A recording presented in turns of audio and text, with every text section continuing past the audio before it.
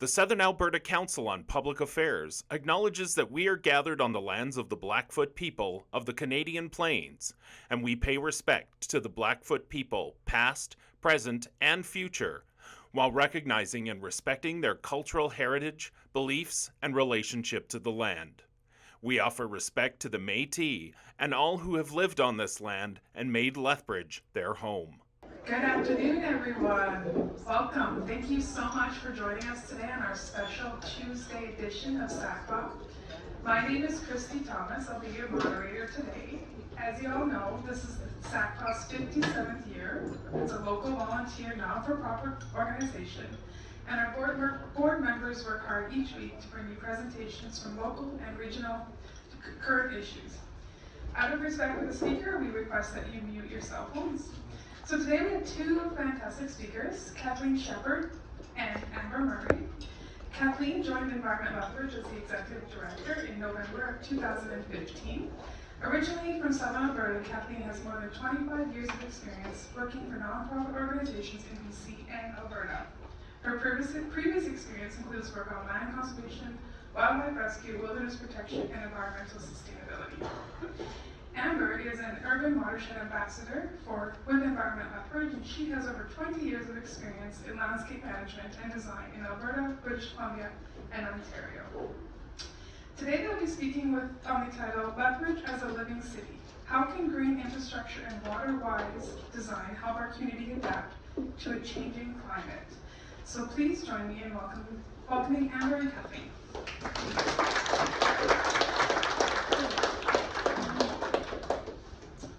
Thank you, Christy, and thanks to all of you for having me and Amber here today. As Christy said, we're going to talk about Lethbridge as a living city, and going to kick things off just by talking a little bit about Environment Lethbridge for those of you who aren't familiar with our organization. So Environment Lethbridge was established in 2012.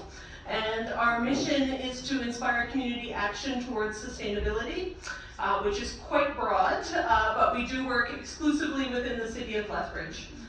So we are the local environmental organization and have been involved with a number of different projects around the city. Currently we have 4 strategic priority areas. So waste reduction, climate action, green neighborhoods, and water conservation.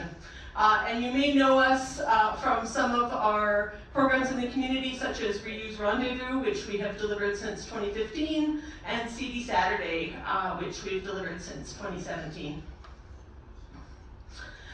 So, although we're going to talk a lot about living cities, so lots of trees and urban forests and that kind of thing, I just wanted to set the context for what we're going to be talking about, which is that Lethbridge, like every other community on the planet, is currently facing the impacts of climate change. And when it comes to those impacts in Lethbridge, we're looking at a couple of key climate risks that will be increasing. So one is we're going to get hotter, we're going to have hotter summers, and they're going to be drier. And that means we're going to have drought, which we're already seeing last year and again this year. And so these are things that when it comes to how we respond as a community, we need to look at ways we can conserve water in particular, not just today and for the summer, but for the long term. And so that's where our Living Cities project comes into the picture. The City of Lethbridge, over the past year to 18 months, has completed 2 key documents that really highlight these priorities. One is their climate adaptation strategy and action plan, and the other is a water conservation plan. So these are guiding documents, they're planning documents, but they really set the foundation for what we need to do in Lethbridge as a community to respond to these issues. So what is a living city? So when we talk about living cities, we're talking about something called green infrastructure.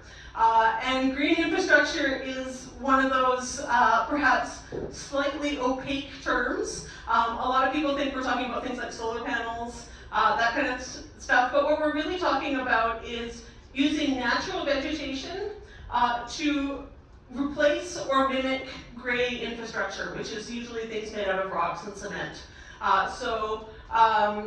When we look at these, we are looking at 3 criteria for green infrastructure. Whether it's equitable, that is, it's available to everyone in the community.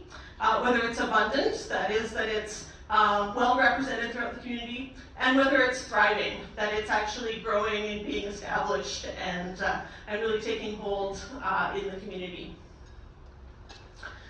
So green infrastructure encompasses a number of different things, and there's a whole range of different types of projects that fall under the green infrastructure umbrella.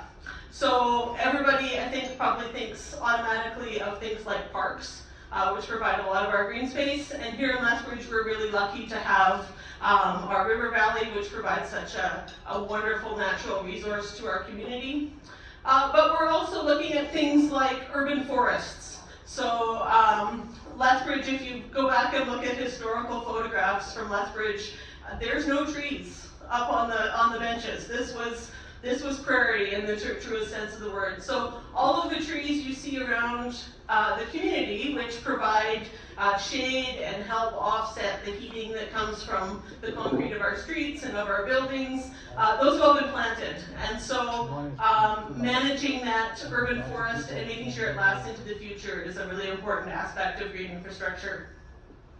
We're also looking at ways to manage stormwater that aren't just about using concrete to build storm drains and that kind of thing. So whether it's permeable pavement, installing things called bioswales, rain gardens, natural ponds, all of those kind of things fit into the stormwater management perspective. And then things that are perhaps less common, but some unique ways to build green infrastructure into our communities are things like community gardens, green roofs, green walls, some of those strategies. In 2023, Environment Lethbridge partnered with Green Communities Canada, which is a national organization, and they helped us put together a Living Cities Pathway, which was a policy framework that looked at the plans and policies we currently have in place in Lethbridge and how we can both fill the gaps of what we currently have and grow into the future with some of our planning. So we have that document as a guiding document for a lot of the work that can go on in the city, and that's been a really valuable partnership for us. So I just want to take you on a little tour of some existing green infrastructure sites in Lethbridge. There are quite a few, and often they're sort of either hidden or we kind of take them for granted. We don't, we sort of glance over them as we're going about our way in the city. So this is a bioswale. And you're thinking, well, that just looks like a lawn and some trees. But this is at the University of Lethbridge, and they designed these into their stormwater management at the university. And so what we have in the very foreground is we have some different plants that are designed to kind of trap both water, but also sediment that comes off of the parking lots in this case. The dip is designed to catch the water as it comes off of the parking lot in a high rainfall event. And then the trees are there to sort of gather up that water and use it for the things that trees do. So if you go to the university, you would not notice this. It's not labeled in any way, but it's a really important way that they've chosen to manage stormwater. We also have floating islands in several of the City of Lethbridge parks. This is a project that we did a couple years ago in Canyon Crest Park, which is in the canyons on the west side. And this was an area of this pond that didn't have very good flow, so it tended to get a lot of algae buildup. So we installed these floating islands. The reason they have chicken wire around them is to keep the geese off. But they're planted with native plants, and so every year they will regrow, and the plants will pull the nutrients out of the water, keeping the water cleaner. Those of you who have been to the Nature Center are probably well familiar with their green roof. If you haven't been, I highly recommend it. And it not only is a great showcase for a lot of our native plants, but it's kind of an example of what can be done in terms of green roofs to take water that falls as rain and capture it and use it for another purpose instead of just letting it run away. Lethbridge has a number of naturalized storm ponds around the city.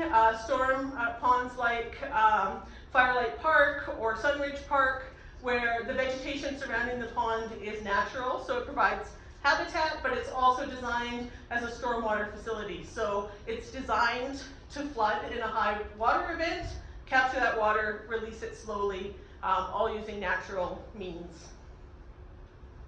I talked a little bit about our urban forest. So obviously our urban forest provides great benefit for birds and other wildlife, but it also provides a lot of shade. And I think the easiest example of this is to go sort of downtown to a street that has a great urban canopy, like 6th Street is a great example, and then compare that to one of the others that either doesn't have trees or has had trees and they've not been replaced. And you can just tell on a warm day the difference in heating that you're getting off of all that concrete. And so that is the real benefit that our trees provide to us throughout the community. So I'm going to turn it over to Amber now, who is going to talk about two current projects that we have on the go for the next year or so.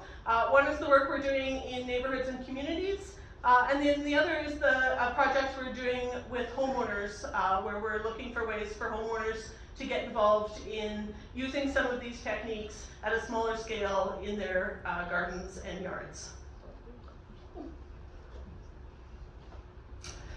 So Environment Lethbridge partnered with Braided Landscapes. Charlie's here as the owner-operator of that landscaping company. And we had 3 Living Cities Pathways projects that we completed with 2 schools and one of the parks up in the West Highlands. So the garden cleanup and augmentation in partnership with Helen Schuler in a grade 4 or 5 class and their teacher at Fleetwood Bodden Elementary was the first one. The second one is edge garden design and installation to add shade, fruit, and native pollinators, as well as aesthetic value to a really interesting garden up at Winston Churchill, which I'll talk about at length in a minute. And finally, a new drought-tolerant aesthetic installation up at Tartan Park in the West Highlands, which we just finished on Friday. So the original planting of Fleetwood Bodden is quite large. The garden consists of 2 island beds as well as a large edge bed. Our first step was to weed it and clean it up.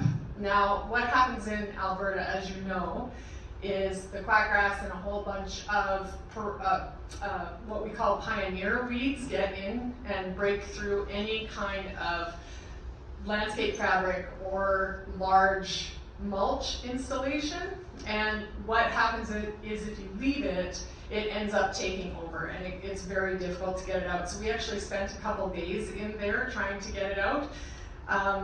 So we spent a full day with one of the classrooms. We had the Helen Schuler there and paid from Helen Schuler, who was able to wrangle the kids and get them into a contest about how to find a weed with its entire root, because that's the really important thing. So it was a great learning opportunity for the children because they got really excited, particularly when they pull out a dandelion that had a root like that on it. And so it's an interesting way to point out the different roots that are on these perennial weeds. Chelsea, was it Chelsea or Paige? Paige. It was Paige, sorry, I always get them mixed up. But, so she gave out prizes at the end of the day. It was a really fun day.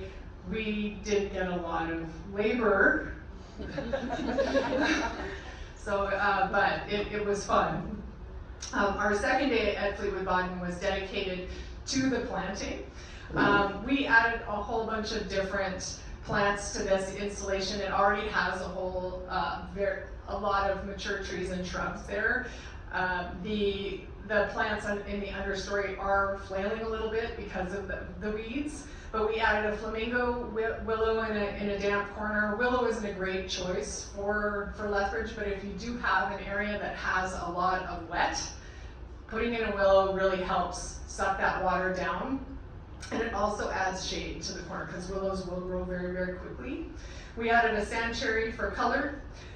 We added some native beech leaf spireas, and many, many perennials to the existing forest, including, but not limited to, blue-eyed grass, smooth asters, hyssop, lupins, blazing stars, wild bergamot, beer tongue, black-eyed Susan, and flax.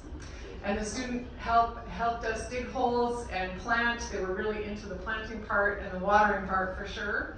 And then we added a lot of mulch. And the mulch that's available at the municipality, you can go dig it into your truck. It costs about 50 cents for a half yard of mulch and your time. But it's available to you at whenever you need it. Now, this garden at Winston Churchill at the high school is unlike anything I've seen. And I've seen a lot of garden installations at a lot of different schools, including elementary and high school. This one, they received 2/3 of the donation of the entire cost of those beds. I can't remember the name of the company. Sprout Box is the company. They're kind of an insulated bed, and you don't lose any moisture because they are tin or aluminum around the outside. But it's quite a garden. And they've also developed a program up there called Agri Gardening for credit. And the teachers are Jeff Waugh and Joe Highland, and you can find them on Instagram to keep up with that project because it really, really is interesting. Lots of kids involved in that. So we were meant to plant the edges, which is along the front fence. That fence faces directly south. So it is full sun, full wind, and we have planted a number of native species as well as some climbers. So we put in 3 grapes and a couple clematis to stop the wind and add color and add pollinators into the surrounding areas. We've also, on the back side, on the school side, we planted large shrubs, which will add aesthetic value, increase pollination through bees, and hopefully shade some classrooms because they said it's quite hot on that. So again, we brought in some mulch from the municipal landfill to finish the beds, which is, mulch is, if you are a gardener, you know that mulch is probably the most important thing. It's like the skin on a bed. It keeps moisture in and hopefully stops infiltrators from coming through. And it certainly keeps it loose, so it's easier to pull. Much better than putting in fabric and rock, which will compact the soil and make it, you'll lose your barrier as soon as you pull one weed out of it, because it causes a hole. Now, the Tartan Park installation we just finished last week. As you can see, that's actually about 300 square feet, that circle.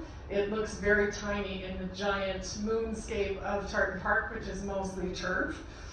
The garden placement is within existing irrigation, which will help us maintain those plants past the first couple of years. But this really was a community project. Now, going forward, we're going to be working with landowners for changing their turf out. But this is a great opportunity to understand how difficult it is to change out something like Kentucky bluegrass.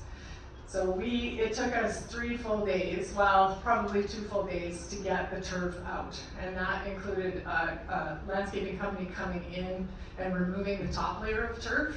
And then we had 8 people the next day removing the rest of the thatch underneath. Because if you don't remove that grass, the grass root, you will end up with grass in your bed almost immediately. As soon as the water hits it, the root wakes up again.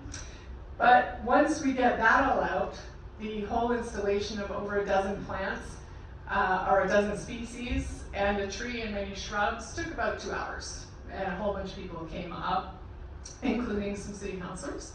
So that was great. And we have a whole bunch of different plants in there. We have posted it all on Facebook if you're interested in the different varieties. Now moving forward, my particular focus, as well as Charlie's, will be to offer education, support, facilitation, and community outreach for building a resilient lawn and garden transformation in Lethbridge. We have about 30 homeowners currently interested in the program. We also have a sign-up sheet if you're at all interested. And we'll be looking for homeowners who are interested in installing outdoor water-wise landscaping around their house. And it can be something as small as just a postage stamp front lawn to an entirely bigger project. Now, resiliency doesn't just mean that you're using less water, it means that you're less reliant on it. So when it comes to gardens, you've probably seen it in town where people overwater and they have a beautiful green and colorful lawn.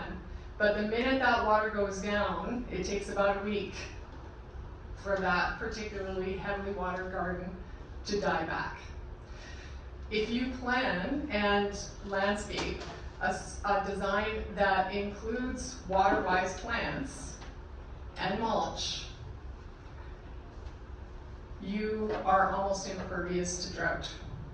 They will certainly they'll certainly flop during the day and they'll get browner, but you won't lose all that color and you won't lose all of that pollinator species in a very short time because your roots will be established.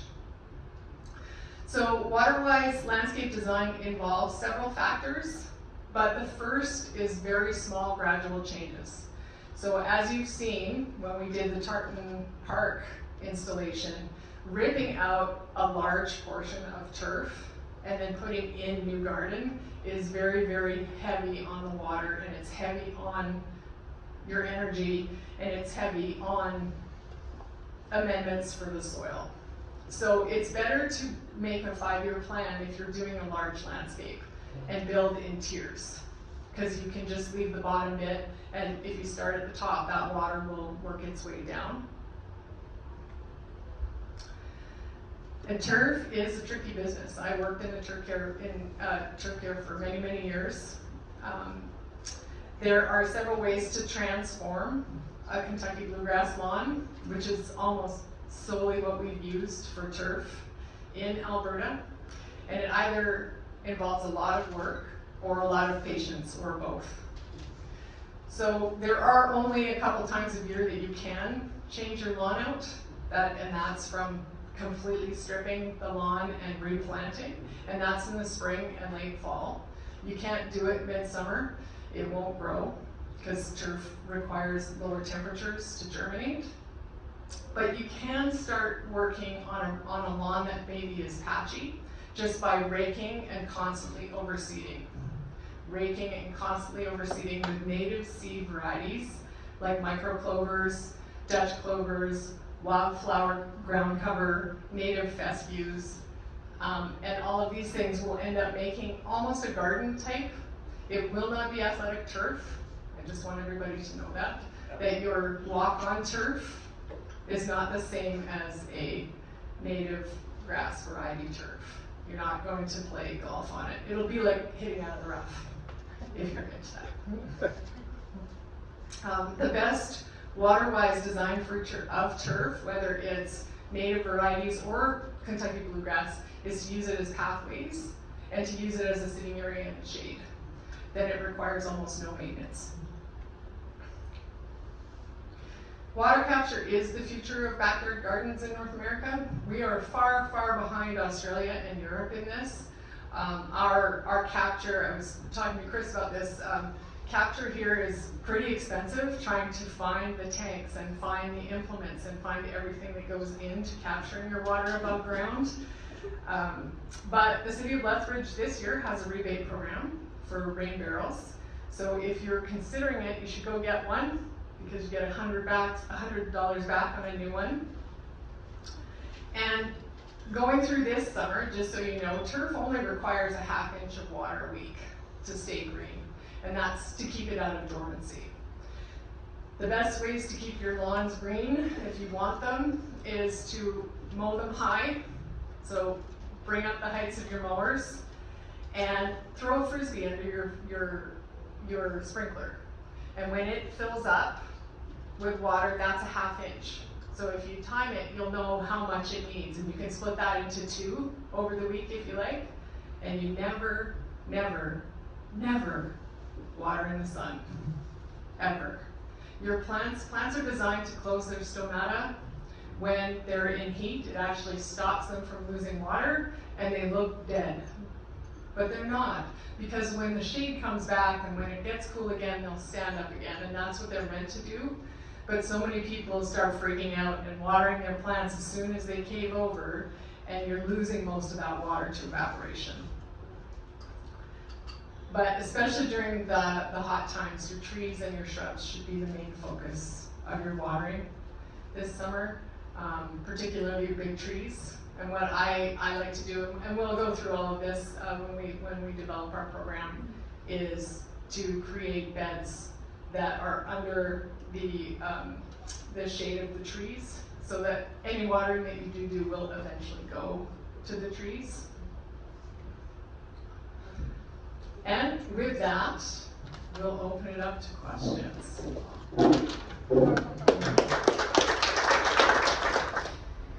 Big thanks to the LSCO for providing this room for your charge, and those who are patronizing their lunch. Be sure to take in the Live Well Showcase on June 5th and 6th. The reason why we have the scheduling change today is because that showcase is taking place. 70 vendors offering a diverse range of products and services, so please be sure to check it out. SACPA will be there, we'll have a few treats. Big thanks to the University of Lethbridge for their ongoing support.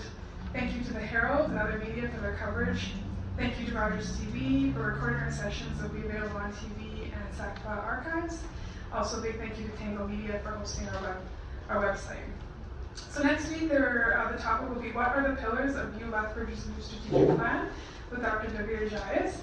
They'll be joining us. And so those who would like to ask questions, we ask you to line up along the wall. Please state your name and your question briefly. No long preludes or stories, and we expect a respectful and polite discourse. Of course, if you'd like me to ask the question, please just write it down and note your name, and I can for sure ask that question for you. Make sure you speak close to the mic, and yeah, well, welcome to the first question, and you can go.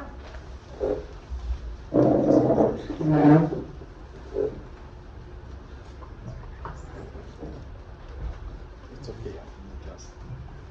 If you were standing. Yeah, otherwise. Otherwise it feels like we're just like, making faces while you're asking your question. I have two questions. One is, since we live in mule deer country, or deer country, and especially like I saw the example of your parking area, no fencing. And you know, deer don't read the list of what's not palatable. They might take a bite, and another one might take a bite. And if it's a herd of 30, they all take a bite. They do a lot of damage, even if they don't graze on it regularly. Okay, so how do you deal with that with deer in open area? Winston Churchill and Fleetwood One, you have nicely fenced. Yeah. Okay, one. And number two, where can you get small quantities of native grass and flora seeds? Because I look like at Green Haven, no, you can't get small quantities. Okay. Yeah, the deer. So when it comes to deer, there are a lot of varieties that are actually deer resistant. And I know what you're saying. They do try before they buy a lot of times. So what I like to do is get a good roll of stucco wire. It's probably your best friend because you don't need a lot of fencing. You can, most trees, once the bottom of their canopy gets to about where my hands are, the deer can't reach above that. But you have to keep their base surrounded by stucco wire, or the male deer will whip the base and it'll kill the tree. So when it comes to deer, there are a lot of varieties, and we'll definitely share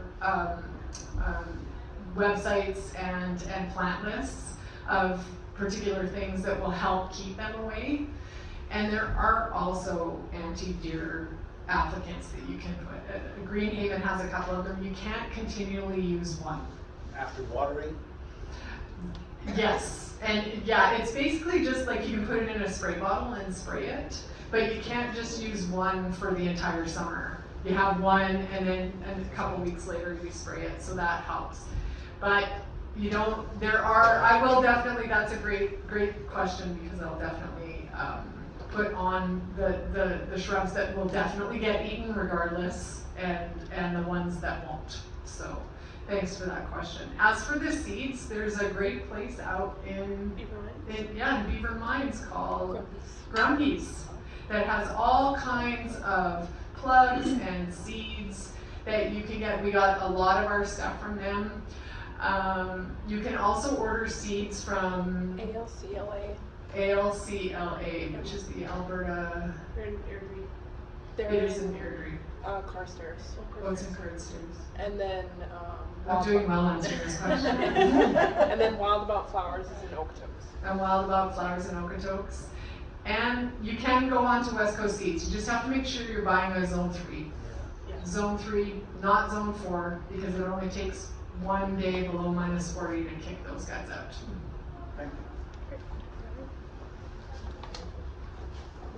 Hello, thank you for the presentation. My name is Mary Tedder. I have 2 questions. The first is, why doesn't the city have a water staging program in place? You know that this is a drought-tolerant area.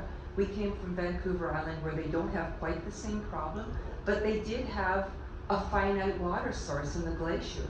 And so they have a staging process in place. So, you know, everything's zone or stage 1, and as soon as things start to get hotter and drier, it moves to a stage 2, and everyone has to follow that recommendation. You know, by now, you'd think Lethbridge would do that. And the second question is, why do they allow things like the greenhouses here to sell plants that really are not meant to live in this environment? In our neighborhood, which is a newer neighborhood, I was amazed at all the plants that really shouldn't be planted.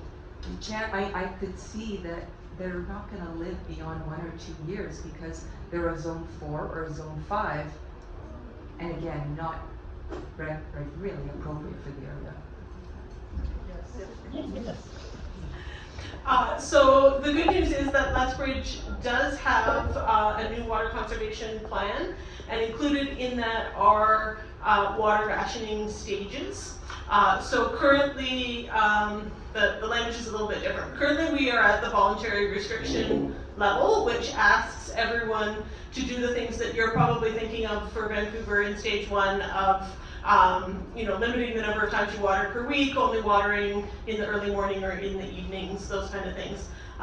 Should we get to the point where stage 2 is required, and that is triggered by water levels at a certain time, and I don't have the numbers in my head, so please don't ask me about that. But there are triggers built into the different stages of the plan that would trigger the future stages. So we do have that now. It's brand new. It was just passed by council last year.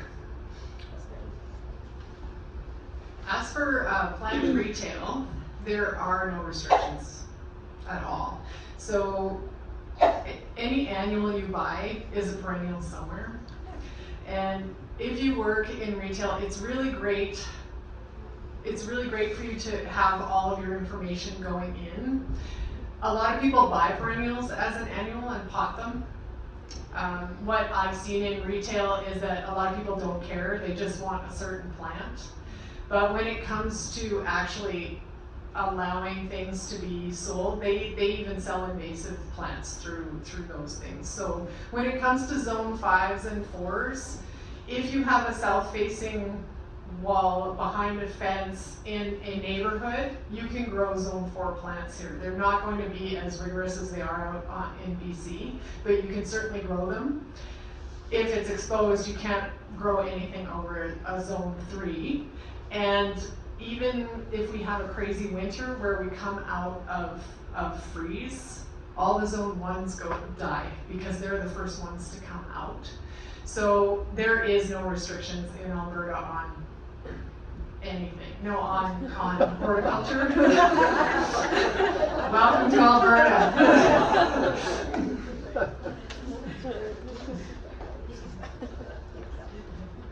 No, I have a second question. Carol Sakia. The name of the noxious weed, Heather can help me, with the little blue purpley bell. Creeping bellflower? Yeah. Is there any hope? How do you get rid of that?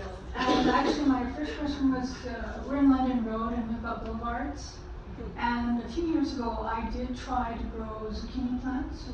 Nobody stole any, but it didn't grow real well, and so I've just kind of left the lawn there as it is. But any ideas about a boulevard grass that, you know, just do something with it? Sure. Okay. Creeping bellflower. Are you ready? So no plant can sustain continuous cultivation. None, without rest. So you have to continuously cultivate it, which means picking it. Never let it go to flower, and just keep picking it. And it'll keep coming up if you just keep picking it. And that is the only way to get rid of it. So don't let it flower. I actually walk with scissors in the morning. Snip it off.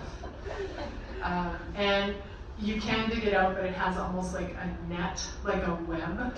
So if you break it, it's the hydra, it'll send out crawling more. Just keep picking it and picking it and picking it without fail. And when it comes to planting in the boulevards, I would really go with more native varieties. The small fescues are very, very good in the boulevard. Make sure you do a planting with your mature size of your plant. So if a plant is, say, that big, mature, and you buy it this big, you give it that much room and just mulch it really heavily in between. And that's how I would plan for boulevard. As far as zucchinis in London Road on a boulevard, I don't even know how you would get one to go. It's so shady down there, right? Is that maybe what happened? Is it shady? You got a little bit of fruit? Oh. Congratulations. and the deer didn't eat it? Wow. Yeah, that sounds like a success story to me.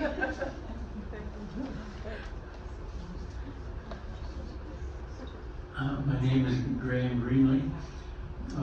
Are you ladies familiar with a ground cover called periwinkle?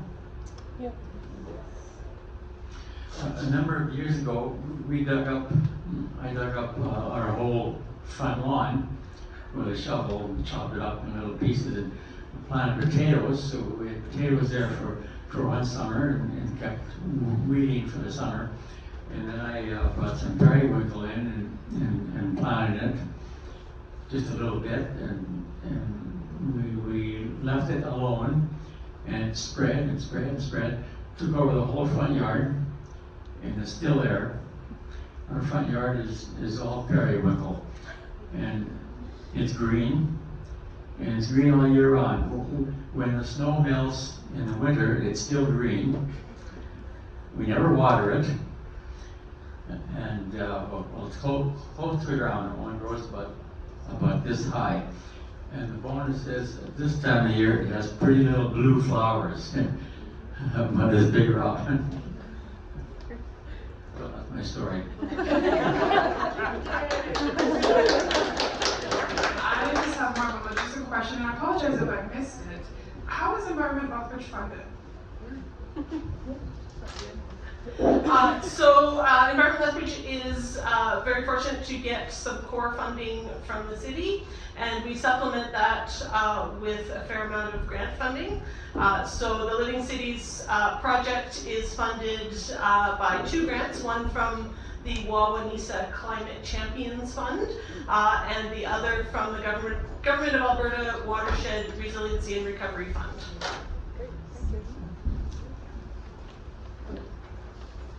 Thank you. My name's Ian Hurdle. I have a controversy at my house. And somebody says our driveway really should be those perforated blocks with grass growing through. So I'd like to listen to your comments. And how about Bishop's weed as a ground cover? Yeah, I can. So is your driveway solid now? Or it is solid? Okay, so getting rid of that concrete is, that's really intensive. And I have looked for permeable landscape blocks here, and they just don't exist in Lethbridge. So we need to get a supplier to bring them in, for sure. And that's the next thing that I'm gonna be working on with the retailers, because I have a couple of spots. But yeah, those the permeable blocks are fabulous, and it's a great way to get water into the soil, and it'll actually help the big boulevard trees because all of that water gets taken away. But I can't offer you a way to get them. The only ones you can get are through Amazon, I think, and they're made of plastic essentially, and metal. So I would rather go with the concrete blocks. Now, when it comes to bishop's weed, it's an invasive weed. So it is, again, like Dutch clover. It's like, invasive weed does not mean that you're not allowed to grow it here, but it does mean, like creeping bellflower, that you need to control it. And so the best place to put bishop's weed is right next to your house, particularly on the north side. It really likes the shade. It's a fabulous ground cover. It gets really big. It has nice light in it because it's variegated, and it gets big seed heads on it. It's very, very pretty, but it will run over your neighbor's house and take over their backyard.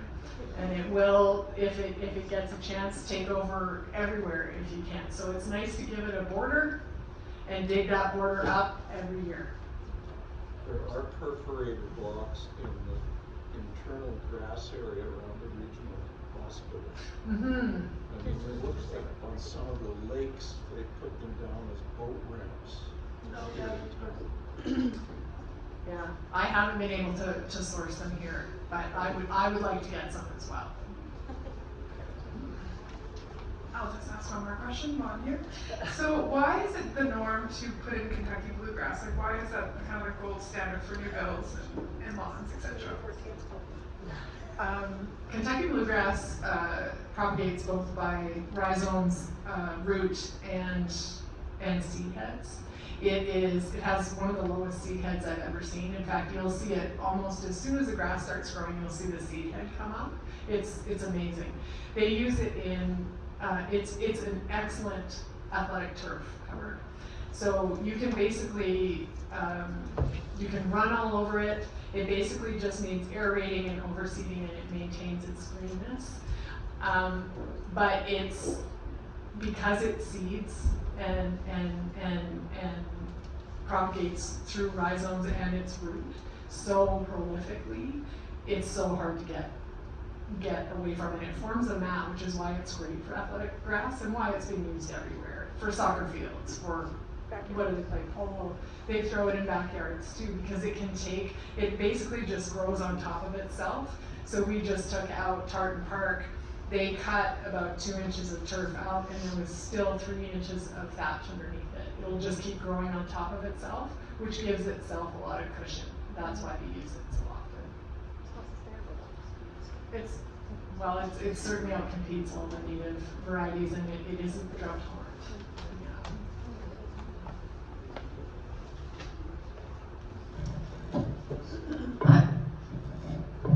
I'm Cheryl Bradley, and you started the presentation with the statement that this is prairie and there were no trees. But we are recognizing that we need trees for cooling. And so I'm wondering if there's a plan for the urban forest that does consider equitability, so that I remember I was involved to some extent in the climate change adaptation plan, and it was recognized that some people don't have access to shade, and yet it's really valuable in the hottest days of summer. It could save lives. And so it's a bit of a dilemma that we're encouraging planting trees in an environment where trees aren't natural and they take water. But so I'd like to know about that equitable consideration, and also what species of trees are being favored now. We've got elms on our street, and they are somewhat native to the prairies, but they do take water.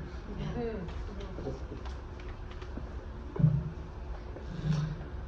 Thanks, Cheryl. So as far as the equitability piece goes, that is something that was looked at while the city was doing its climate adaptation work. And Lethbridge is kind of an interesting place because we don't have a natural forest. You look at other cities in Canada like Toronto or even somewhere like Calgary, in a lot of those areas, it's when a new development goes in, they remove all the trees, right? But in Lethbridge, we have the opposite thing happens where we build a new development, and part of building that new development is planting trees. And so we have a slightly different situation where our older neighborhoods tend to have lots of big mature trees, and our newer neighborhoods actually have no trees. So we're sort of backwards in a lot of ways. Now that's not to say that some of our neighborhoods have not lost their trees. There are definitely pockets in the city of older neighborhoods where there could definitely be some additional trees planted. So looking at those areas and sort of trying to target them for future planting initiatives and things like that, I think would be a really good idea. As far as the species of trees, one of the things the city has done over the past 2 to 3 years, I would say, is they have drafted a new urban forestry management plan. The previous one was, I want to say, at least 30 years old, so it was well past due for an update. And one of the things they've looked at in there is both how do we move away from some of the tree species that have really dominated Lethbridge, but are now being susceptible to disease and pests. And so specifically that's elm and ash. Elm, of course, is susceptible to Dutch elm disease. We've been very lucky in Lethbridge and that hasn't been an issue. And ash is subject to a pest called the emerald ash borer. So the urban forestry department spends a lot of time monitoring for both those pests because those trees make up a huge percentage of our current urban forest. And the other side of that is then transitioning to different drought-tolerant species of trees as part of our overall urban forest plan, both for when new trees go in, but also as we're succession planning for the existing forest we have. So if you have elms in your neighborhood, trees occasionally need to be taken down for various reasons. You probably won't see an elm go back in that spot. You will see another species go back in. And the city has a whole list, but they also do kind of site-specific work to determine, in a wetter site, they're going to choose a different tree than in a drier site.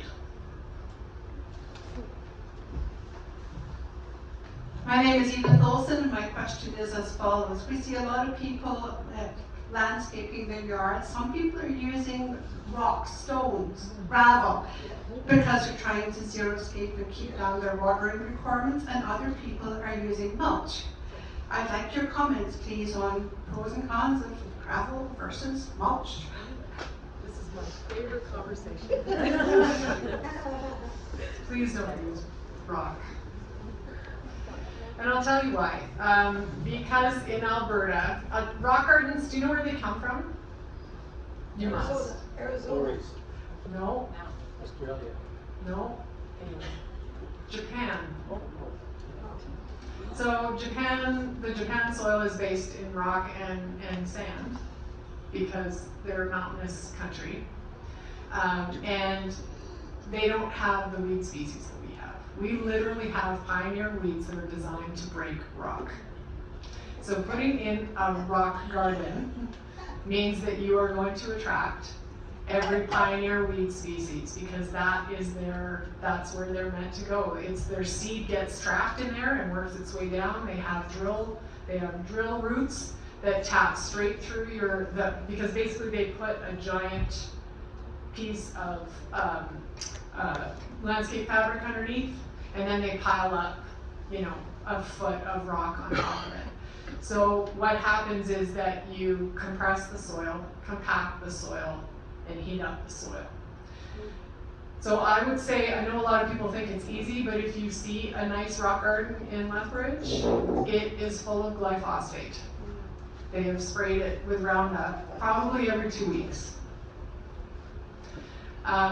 Now when it comes to mulch, that's tricky here too, because it does, if you have a slope, it will bog up our drainage. So what I recommend when you put in a new installation is, if you have a rock garden, it is so much work to get them out. I would pull the rock back to the drip line of your plants or beyond get rid of the fabric underneath and fill it with mulch. And that keeps the root zone cool for the plants underneath while you continue to work pulling that rock away. But if you're going to put in a new installation, we like using mulch because again, it's like your skin. It stops the infiltration of those pioneer weeds, and it keeps the soil light and loose, which makes it easy to pull the weeds, and it keeps the moisture in. Right, the difference between xeriscaping and xeriscaping is that xeriscaping is, I'm going to let you do that. So there is, because they sound the same when we say them, there is confusion between xeriscaping with a Z and xeriscaping with an X. And so xeriscaping with an X is using native and drought-tolerant plants in order to plant a water-wise garden. Xeriscaping is what the questioner referred to with the rock. It's basically taking away all your vegetation and replacing it with zero maintenance rock, except that it's not zero maintenance at all. So.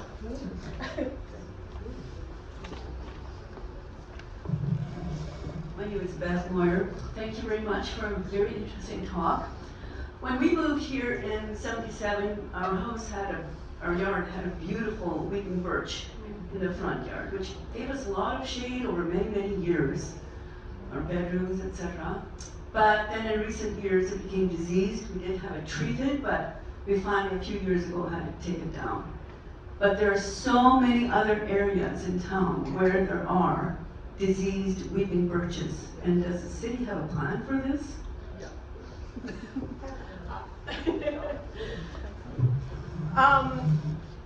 I don't know if I can add anything that I haven't already said about, the city is actively looking at succession planning for all of its trees. And certainly the weeping birch have been very hard hit over the past 3 to 5 years, I would say.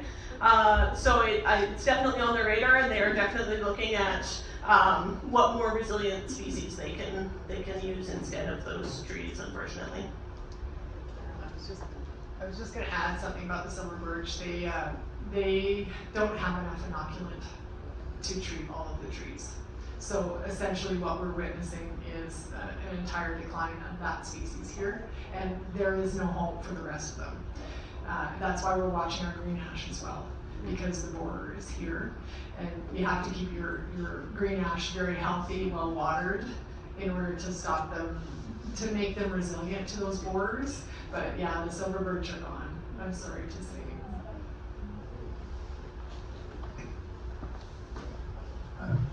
Mike McKay. I heard the mentioning Roundup in a very negative feeling, which I agree with. I'm seeing on the internet quite a bit of talk about using, I think it's water, bleach, and dish soap in place of Roundup. Vinegar. Now can you comment on that? We were just talking about this. It's actually a very effective organic, I guess, way to get rid of weeds, but it only works on new weeds in like gravel areas. You won't be able to get rid of your heavy grasses and that kind of thing. And it will also, if you spray it in your gardens, it will damage your other plants. So really the best way to get rid of weeds, unfortunately, is to get down on your hands and knees and dig them out. But it is that's actually very effective too. The other thing you can use if you have one in your closet is a steamer. Oh. Yeah. So just fill it with water, hot water, and take it out and drag it over the areas of your concrete that have things, or your gravel that have things coming through, and the steam will kill it. Or boiling water if you're camping, use that.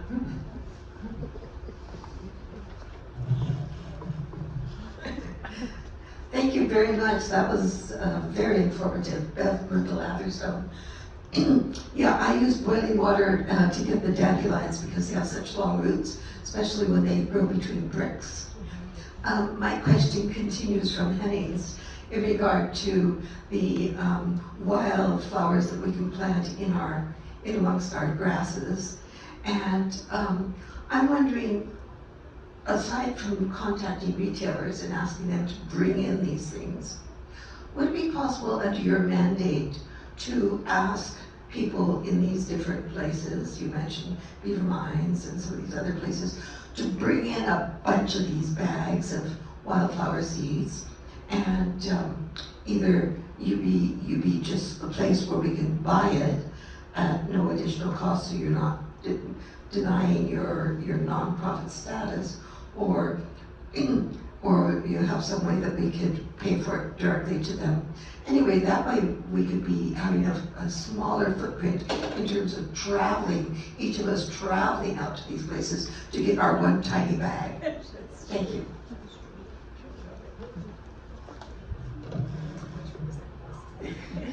One of the things we're going to be doing, starting a little bit later this month, is we've been working with Ecologic, which is a company out of Strathmore. I think it's Strathmore, up near Calgary, anyway. And they have put together a bit of a seed blend that has a number of the species that Amber mentioned, along with some local wildflower species, things like blanket flower, flax, that kind of thing. So they're going to be sending us a big bag, and we're going to break it up into little packets for people to try. So we'll have some of that available, and then if there's enough interest, we can maybe look at the next step that you're talking about making it available on a bigger scale for people. We're really heading into that season now where you don't want to be planting too much of that stuff until fall anyway, so that'll give us a few months to kind of figure out the details.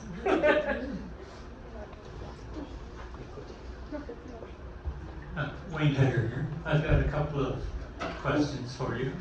We've got some beautiful parks that have been designed recently, and what was that one in the West End? Just slipped my mind. Elizabeth Cheering. That's just a beautiful, well-designed park. Water bodies, mounds, hills, they're natural looking, and marshes, cattails, and that. Nice. Is there any plans for developing or redeveloping some of the older water retention areas to something more than just a grass basin? Right. I can't speak for the city on this, obviously. I know that there is, the city's parks department is talking about ways that they can bring in natural areas and natural functions into some of the parks. They're certainly, I think, trying to look at that for new storm ponds and things that go in. It's always challenging to go back to what is a functioning storm pond, even if it's not doing it in quite the way we want it to, and redo that. The budget constraints of doing that, as you can imagine, are significant. So that is not always something that gets to the top of the city budget list, I don't think. Thanks very much, Amber and Kathleen. I like the way that the Environment Lethbridge has the direction that you've taken in the last 13, 14 years. Congratulations, and thanks to the city for taking on Environment Lethbridge as a helping hand in getting things done environmentally in Lethbridge. My question basically involves around lots of people complain about farmers using too much fertilizer and chemical, but chances are that most gardeners per square meter is using way more than farmers are. And on that note, Lethbridge is doing a roundup,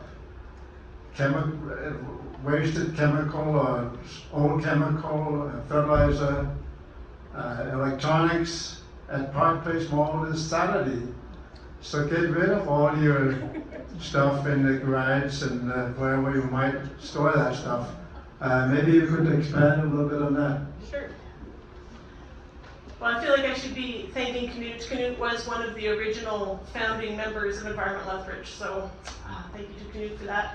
As far as the roundup goes, yes, so this Saturday, 8 to 4, I believe, in the northwest corner of the Park Place Mall parking lot, which is behind where Sears used to be. And so yeah, you can bring your paint, you can bring all your chemicals, you can bring old electronics, anything with a cord, as long as it's not like a dishwasher. Stuff like that. So there's a full list on the city website, but it's a great opportunity to clear out your basement and your garage and get all of that stuff responsibly recycled. So. Wow, thank you, Amber and Kathleen. I learned so much today. I myself have quite the blank backyard that probably consumes too much water, so now I feel like I have a little bit of more knowledge of where to go. So, did you want to take? do you want to give the audience a take-home message? Oh goodness. I think the take-home message is the take-home message I would offer for lots of things, which is there's nothing you can do that's too small.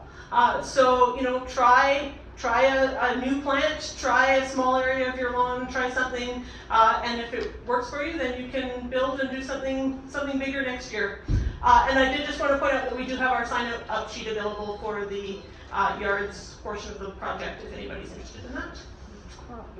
Excellent. Well, thank you so much, and please